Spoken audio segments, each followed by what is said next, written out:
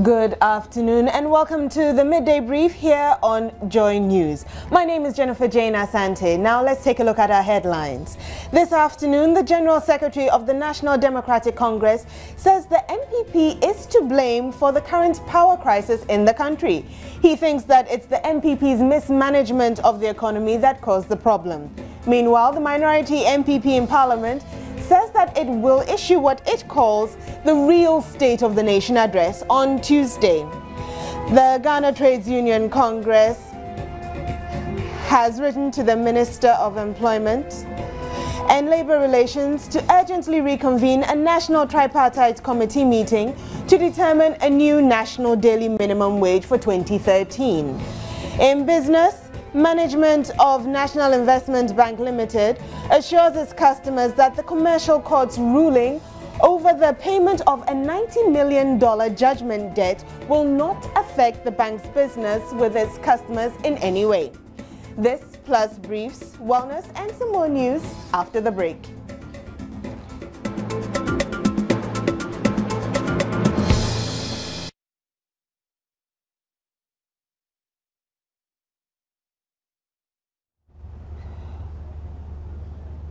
Go down slightly.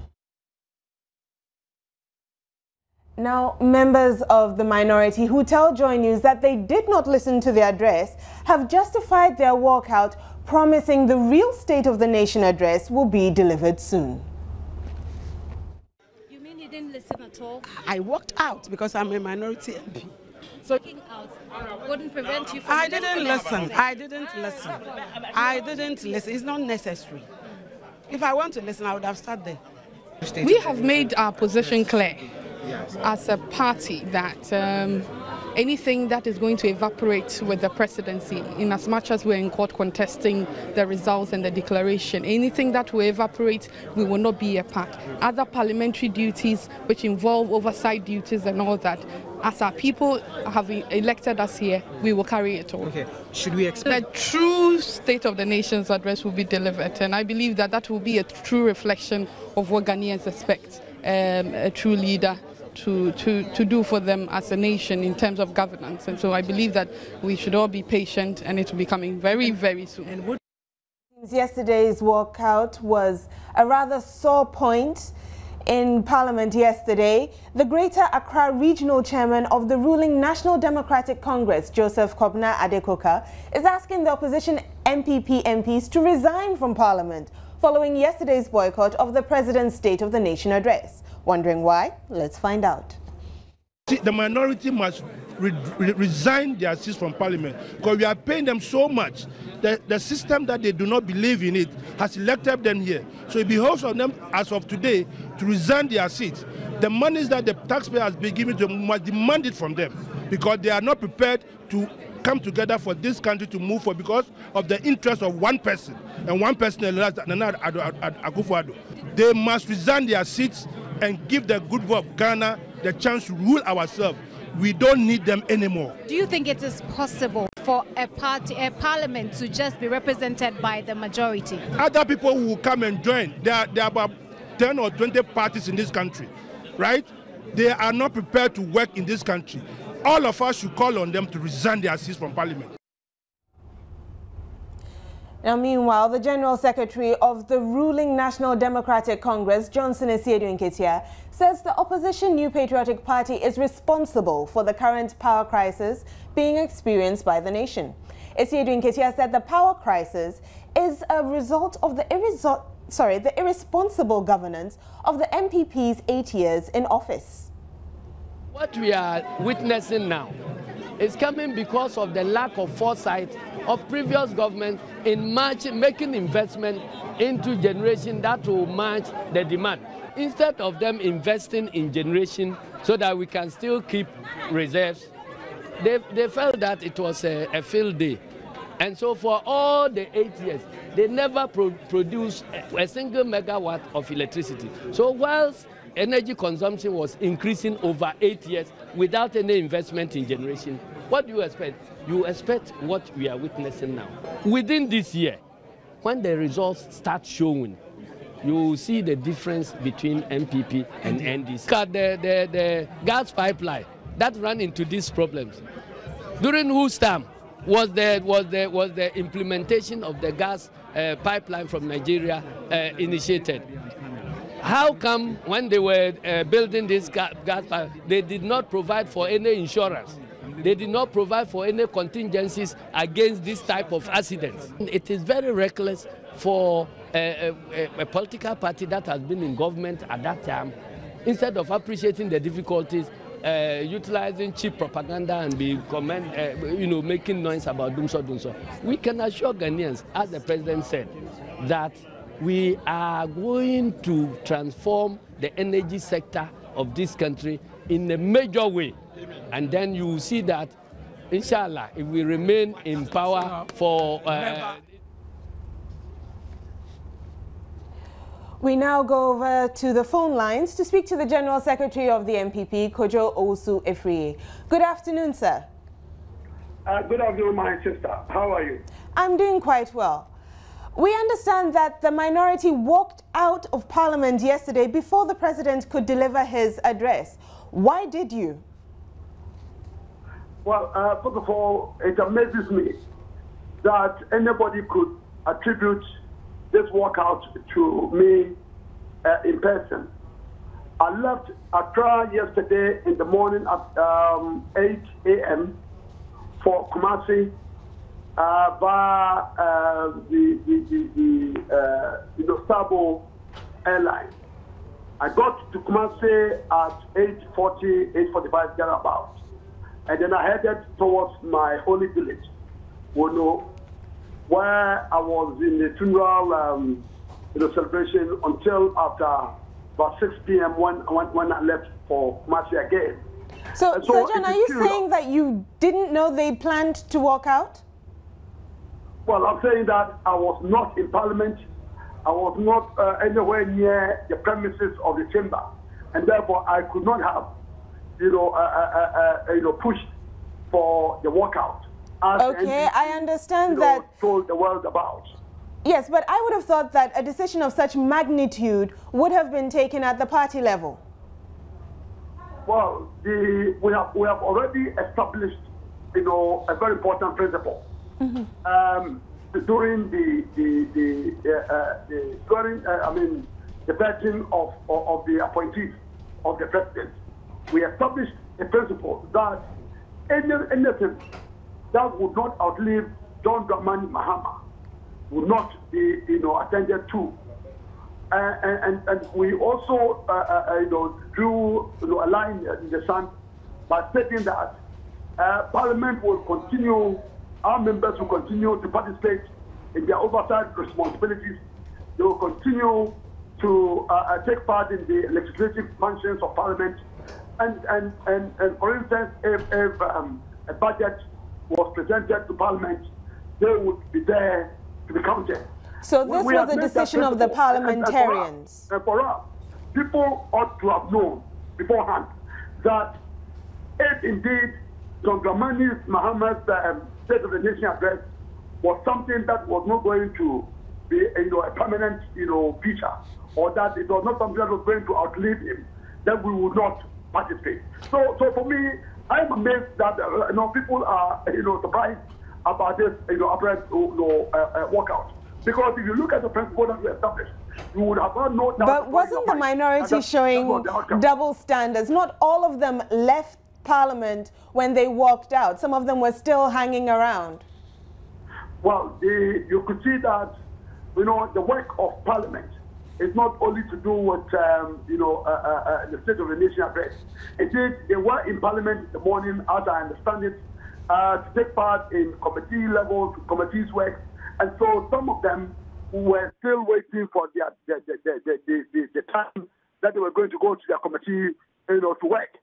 And so for me, that was a responsible position that members of Parliament took, because they continued to work in spite of the fact that they were not in the chamber. MP's resignation from Parliament because it seems they are not ready to involve themselves in the operations of government at this time.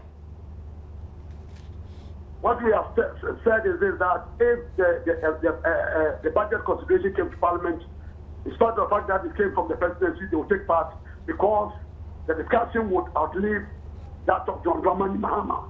Anything that is transient, that will not, pass the test of time, it will not be, attended to. And I think that this is a principle that I believe from time to time members of the public would have to, address themselves to, as to whether or not a matter that is involving the presidency would be, would take part in it or otherwise. So first, the principle is that anything that does not outlive him, we will not, participate in it. Is that why you'll be delivering? At least the presidency, we will do so. Sir John, is that a quick example? If a president were to go for a loan and the loan was really kept family, because it is going to be binding on the people of this country, our members of parliament would be there and they, will take part in the proceedings. So it is a responsible position that we have taken. All right, Sir John, is that why you have chosen to deliver your own State of the Nation address on Tuesday? Can we come again, please? I'm asking if that is why the MPP has chosen to deliver its own State of the Nation's address. Indeed, we are going to tell Ghanaians the true state of the nation, where we are today.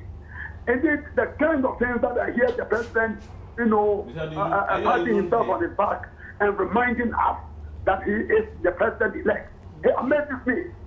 If indeed you are the president-elect, we elected you, or we have elected you, and therefore we need not be reminded that you are the president-elect.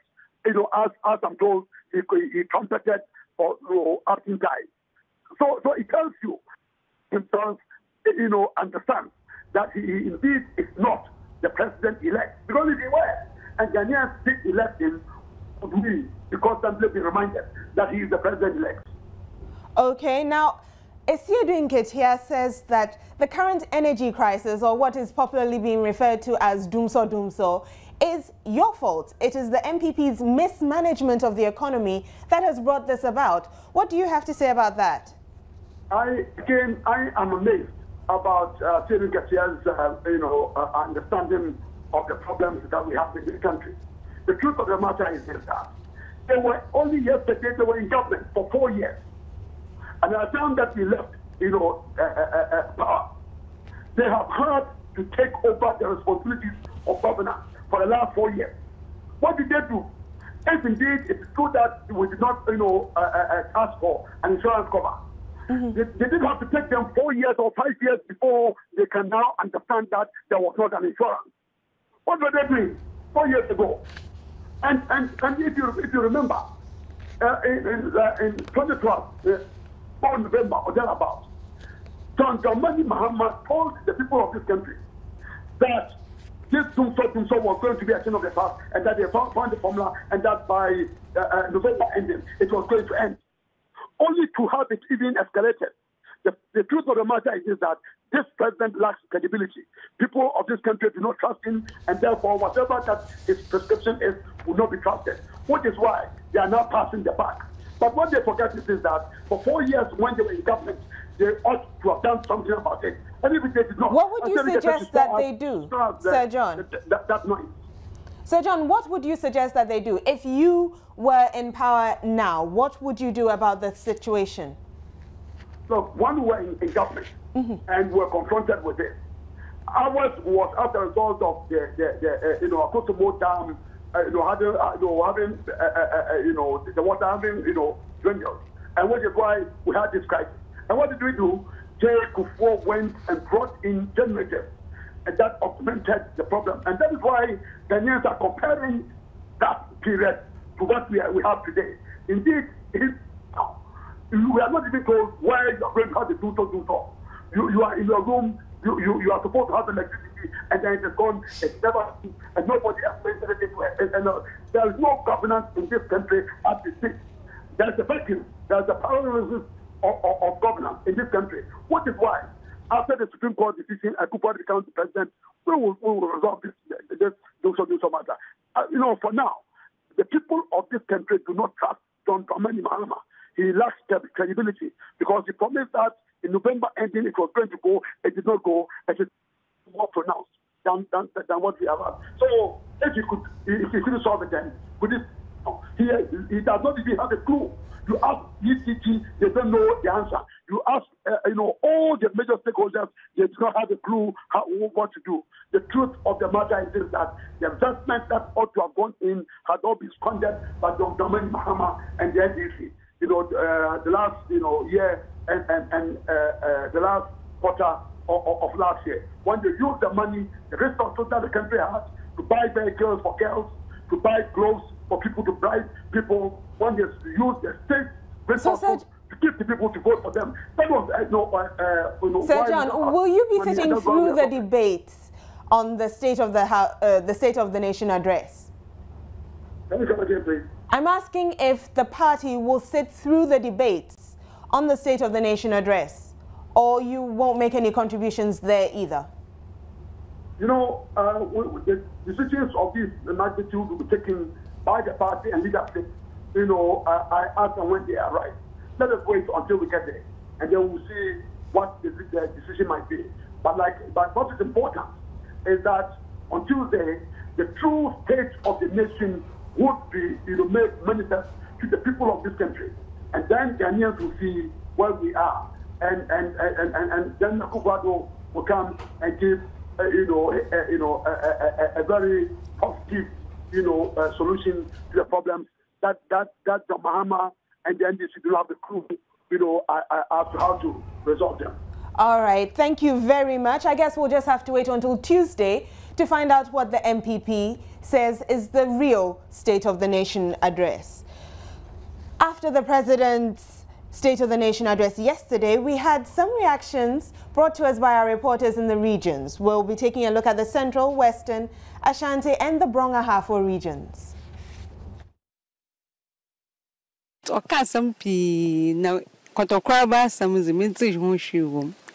Marketing on what they are pa. The market is what they are and Casancasanti. No promise over promising and Yerusha. One was a no man. Mexida worker, where you, but meeting I didn't see my swan shed and go away. My time I'm debating Crampo because there are no attacks in America. Until time I'm always in a catch and I'm without make a radio home with the team for Subian over Wamam. It's made you an hour and may an hour and measured in a may.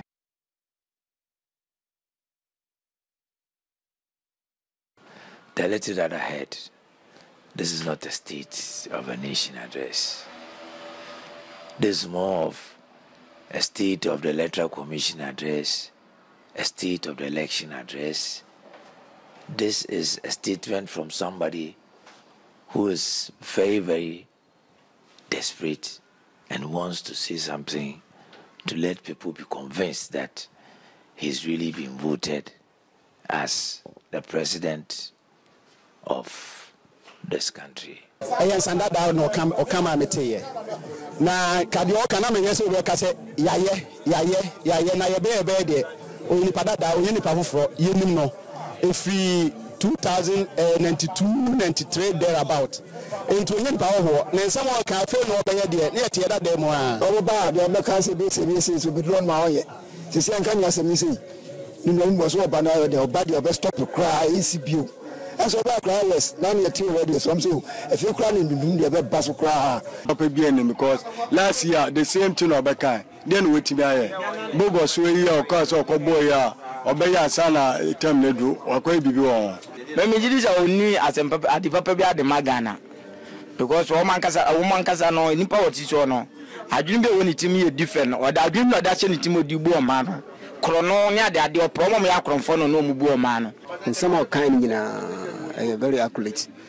But the thing is, sometimes, and I say many years ago, President be about Mokasa, or make a lot of things about the Omukanya.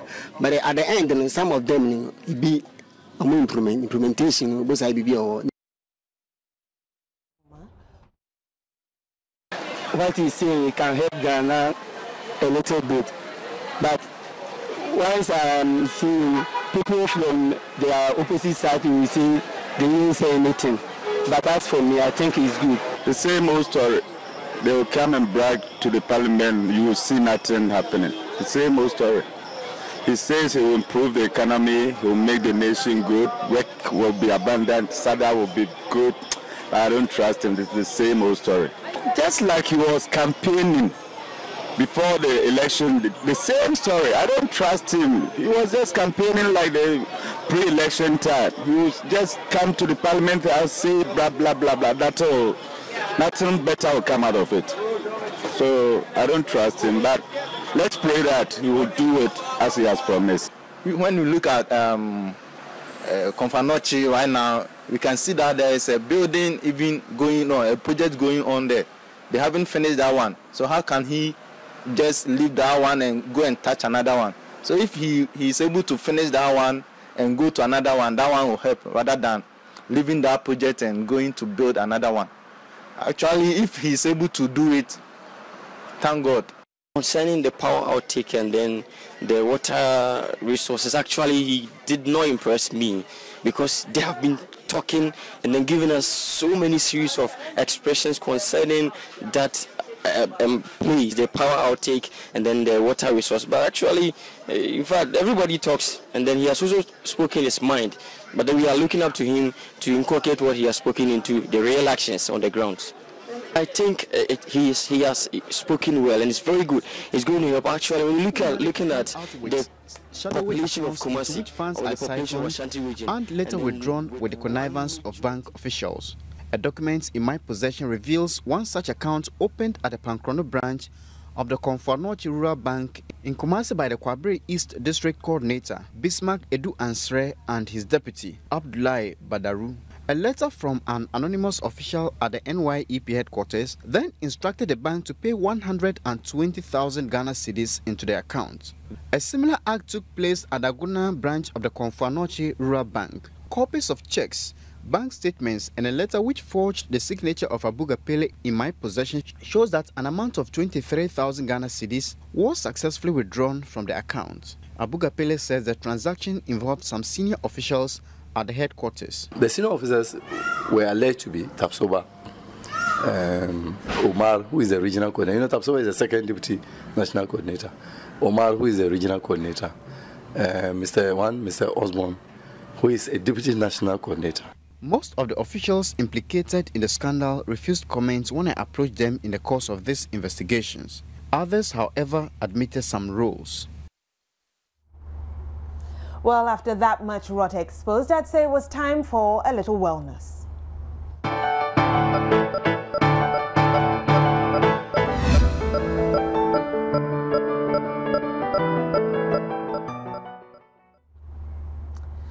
Study findings from the ABC and Norwegian Mother and Child Cohort Study published in the Journal of the American Medical Association indicates that women who took folic acid supplements from 4 weeks before conception to 8 weeks into pregnancy had a 40% lower risk of giving birth to children with childhood autism, also known as classic autism.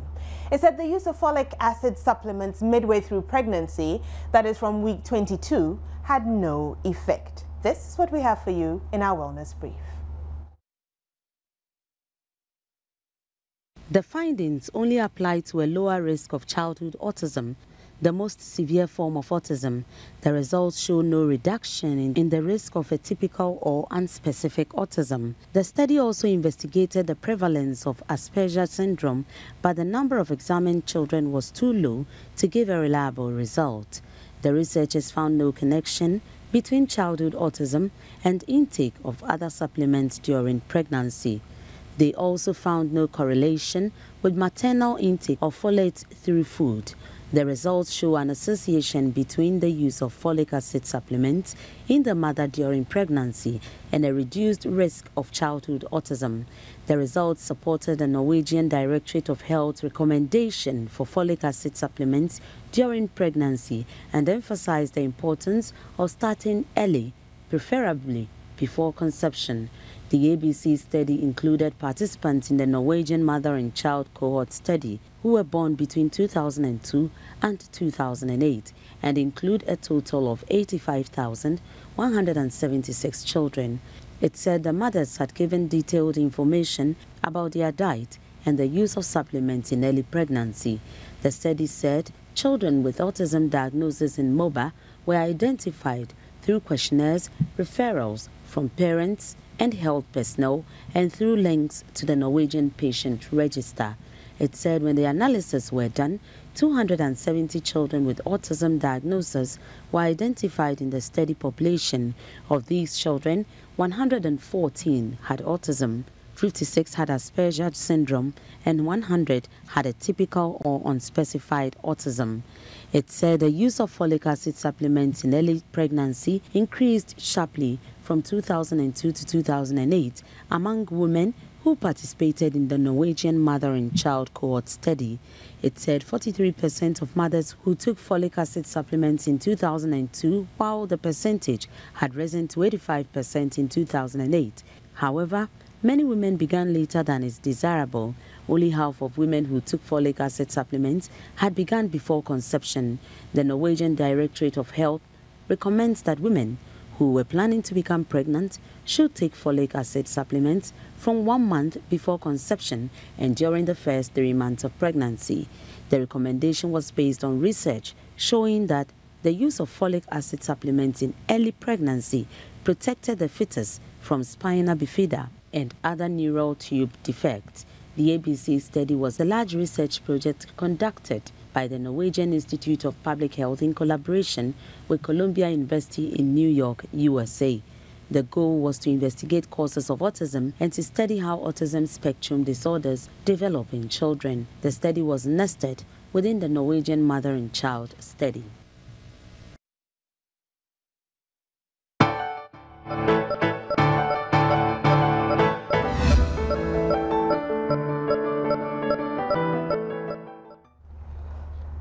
Weren't all those babies just so cute?